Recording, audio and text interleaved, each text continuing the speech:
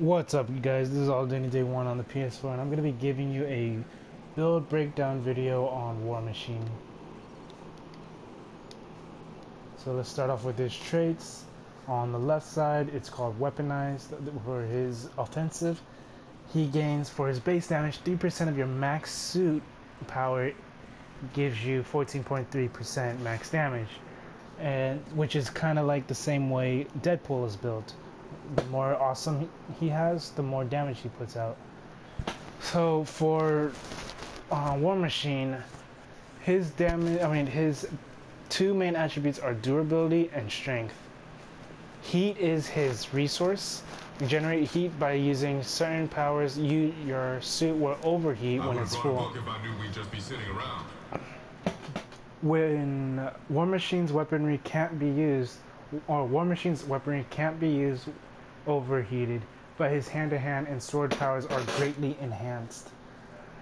Fire automated weapon systems whenever you are in proximity to enemies. Auto gun damage is 1682 to 2522.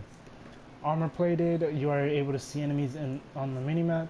Health gain, 210 health per second. This effect is triple for 4 seconds when you fall below 35% of your max health once every 10 seconds. Defense rating and your deflect rating are 20%. Defense rating and deflect rating are base 600. Close quarters, when you hit with a melee power, you get a damage reduction for 8% for 3 seconds. So my build, I'm not using any melee builds, any melee attacks. Some people would rather use melee, but just for this instance, I'm not. I'm using build 4 on L2 triangle for my healing, laser cutter for my dash on L2 circle, less than lethal on circle, spitfire on triangle, plasma cannon on L2 square, hammer of war on square, total war on X, and your signature army of 1 on L2X. So the reason why I'm not using any melee is mainly because I don't really like Warmachine's melee abilities. I just really didn't like any of it, to be honest.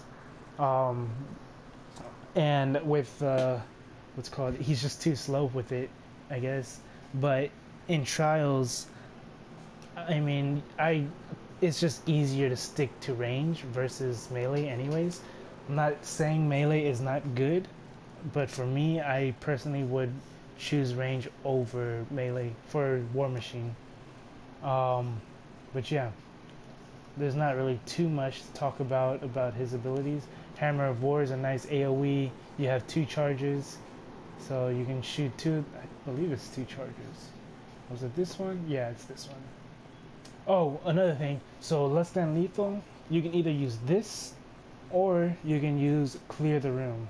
You probably might want to use Clear the Room instead, because it does more damage. It obviously does damage. I only used less than lethal just to, slow the enemies down and confuse them for 4 seconds to give myself some breathing room. But if you're just trying to go full out damage and stuff, Clear the Room is going to be the better option to use rather than less than lethal. So for your talents, I went with autonomous minigun. Autogun gains the following effects: damage bonus 100%, heat generated 10 per second. So your autogun on your shoulder, whatever, is going to be double the damage, and it generates heat for you. Enhanced communication array. Army of 1 gains the following effects: cooldown reduction is by 5 seconds. You and your allies are empowered. Base damage is increased by 40% for 5 seconds. So you gain 40% damage increase to all abilities after you've used your signature, which is really nice. Autonomous missile deployment. Warmachine periodically fires missiles at enemies automatically. Damage 1360 to 2039. Projectiles fired 3. Cooldown 3 seconds. Hammer of War's cooldown reduced by 3 seconds and can hold 2 charges. Reactive defense system. Regenerate 100% of your maximum health and suit power when you are defeated. Cooldown 10 minutes. Built for War creates a shield that absorbs damage equal to 100% of your max health within the next 2 seconds and restores 20% of your max health when activated.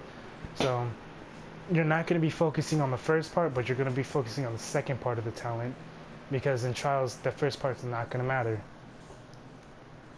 So the next one, I mean, you could use this, but nah. Yeah, no, so reactive defense system is better. Coolant systems, the only reason why you want to use this, you no longer generate heat. Spitfire gains an 8-second cooldown, can be used without heat, and is treated as though you are overheated. So it's going to do its max damage, and it doesn't require you to be overheated to use it for max damage. Heat generating powers deal 50% more. Yada, yada. So yeah, you definitely want to use that to bonus damage if you have a. Yeah, no, you want to use coolant systems. For my synergies, the ones you want to use and the ones you do not want to use, Angela is a good one because the cooldown damage.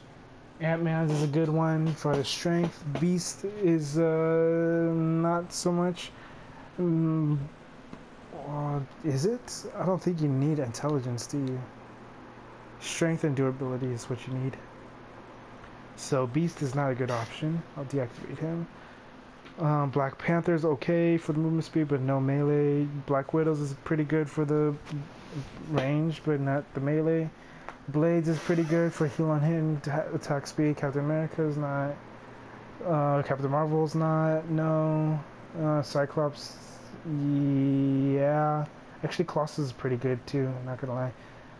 Daredevil is pretty good for the damage to elites. Deadpool, you have explosive damage, right? Pretty sure this is explosive.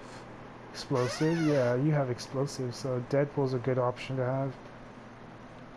Put that on. Gambit's no. Doctor Strange no. Ghost Rider no. Hawkeye, yeah. Hulk's, yeah. Iceman's no. Iron Fist no. Iron Man, yeah. Jean Grey no. Kitty Pryde no. Luke Cage, yes. Replace you with Blade. Nova's no. Moon Knight's no. Magic's no. Psylocke's no. Punisher's actually yeah, Punisher's, yeah, because of the gun damage and ranged. I'm actually gonna replace his with someone. I don't know who though. Probably not actually. For Rocky Raccoon, no. Scarlet Witch, yes. Yeah, but I'm not gonna switch her with anyone. Spider-Man, no. She-Hulk, yeah. Squirrel Girl, yes. Star-Lord, yeah. Definitely Star-Lords. I'll replace you with Punisher. Storm, no. Thor, no. Warmachine, yes. Wolverine, no. For your infinity points, I put 4 points into durability for Warmachine, but if you do not have 25 points, you can put points into micro warps or gravity well, points into not temporal loophole, potency for the signature damage, strike through for the brutal damage, and for the critical damage, mental focus. So for my gear that I'm wearing, you'll notice I have a couple cosmics, but that doesn't mean anything. You gotta keep in mind that cosmic gear will not mean you're going to have the most overpowered build and whatnot. Although this is a pretty good catalyst, except for the speed. That's not good. But yeah. Yeah, anyways, so let's just start off with catalyst since I was already talking about it. With the catalyst, you do want to have the regenerated 25% of your health up to 3,100 suit power when you use your med kit. You don't want +3 speed, you want to get either +3 durability or +3 strength. And if you have a cosmic catalyst, you want to have in the yellow, in the cosmic talent, gain a damage shield equal to 50% of your max health when you use your med kit. That's a really good one to use. Good for survivability. For the tech bonus, when you are attacked, that's not a good one. So the one you want to have is when you use a med kit, you get 5,000 health. When you use a signature, you get 1,000 defense for 4 seconds. And I believe when you're under 40% health, you gain 1,000 health for 10 seconds. Those ones are really good ones to have. Onto his relic. Relic of Subterranean is a really good one to have. Relic of Gibram is also a really good one to have. The reason why for Gibram is because the more suit power you have, the more damage you deal. And Subterranean, the more defense you have, the better your survivability will be, or more damage reduction you have. And Relic of Xander is a really good one to have for this build because it's a range build. Rhino's Indestructible Horn is what I'm using for his artifact. So while you are moving, gain 3 strength for 3 seconds. While you are standing still, gain 3 durability for 3 seconds. 189 suit power and 161 brutal strike rating. You can get this from Rhino. Advanced Crimson of Crystal of Sidorak. You can get this generally anywhere in the Cosmic Patrol or Operations, but I got actually a pretty low roll on mine. I was hoping to get a +3 strength, but it gave me +1, and it was the only one. And well, I mean, it's not just that, but you know, when you also get a red shield around yourself too when you deal damage. 2% chance to get a shield around you when you deal damage. Really nice. And then Ziggurat of Kargul, you get the crit damage, crit strike, and brutal strike. And when you use the movement power, you get a bonus movement speed for 5 seconds and 5-second cooldown. The best artifact to go for is the Gem of Curse. So if you can get the Gem of Curse, you might want to replace the Ziggurat of Kargul with that. And yeah, for your amulet or medallion, I went with Crossbones medallion. I haven't actually seen a medallion drop from Crossbones, but I got this from opening one of the shield supply boxes, and luckily, at least it was a purple one, and luckily it gave me brutal damage, so it's really nice. When you hit with an explosive power, your next explosive power gains 526 damage rating, so that's really good. Another really good one would be any of the range, like Mandarin's medallion is a good one because it's ranged. Pyro's medallion's a really good one to have because when you do range damage or any ranged ability does damage over time, like fire damage, like 9,000 damage for like 5 seconds, I believe. So that's a really good one. And let's take a look at my stats. I'm at 42,189 health, average effective health, 43% damage reduction, which is extremely high to have.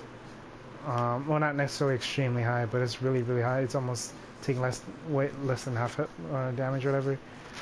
My crit hit is really bad, 945. Crit damage is really bad, and brutal strike is really bad. And my brutal damage is actually pretty okay. Base damage is good where it's at.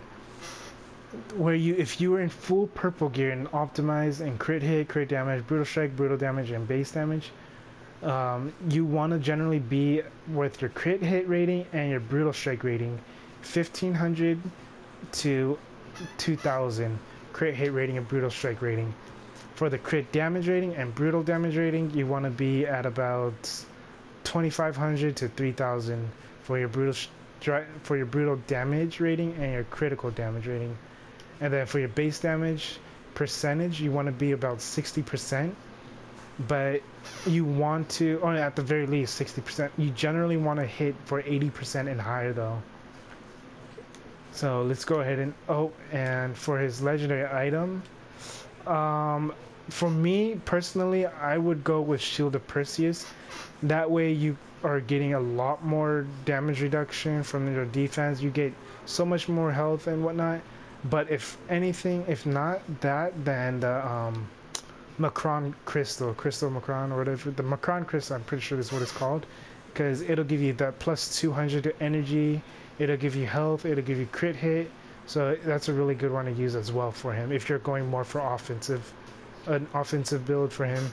Or I mean, you generally want to go for an offensive build, but Shield of Percy is a good one, and a Crown Crystal is a really good one to have as well. So let's go ahead and look at his abilities. This is X, and then you have Square. Does nice explosive AoE. Triangle, circle,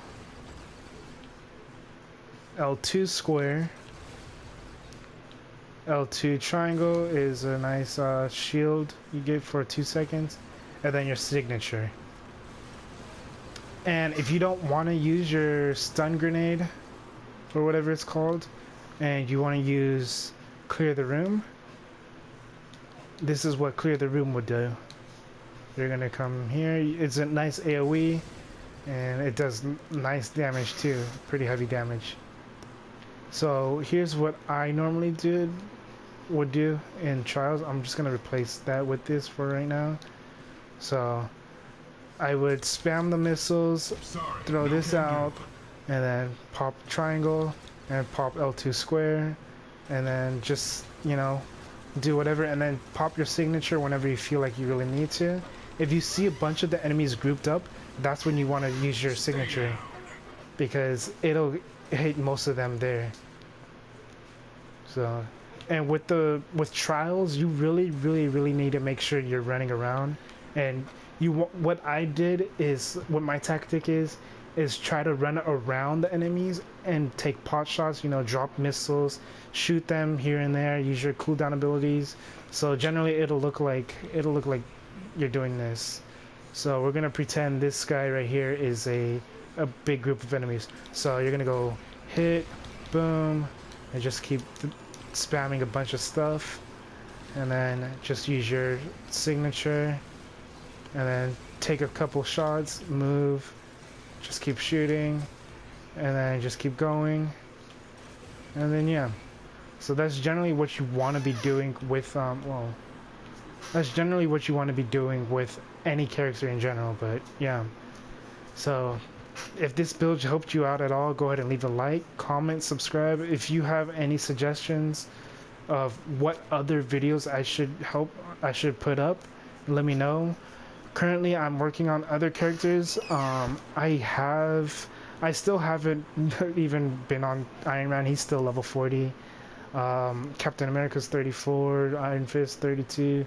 I might actually do Captain Marvel and Doctor Strange next for my next build breakdown video.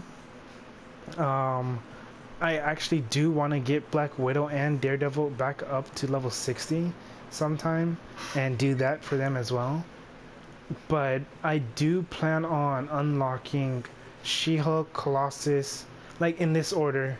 So actually in the order, I'm gonna go for Ant-Man because he has the attribute first. So I'll go for him, and then I'll just unlock whoever next. It doesn't really matter. But yeah, if this video helped you out at all, go ahead and leave a like, subscribe, comment, whatnot. And yeah, go ahead and leave a like. I'm just tired here now, you guys. This is All Day Any Day 1 on the PS4. Have a good day and good night and peace.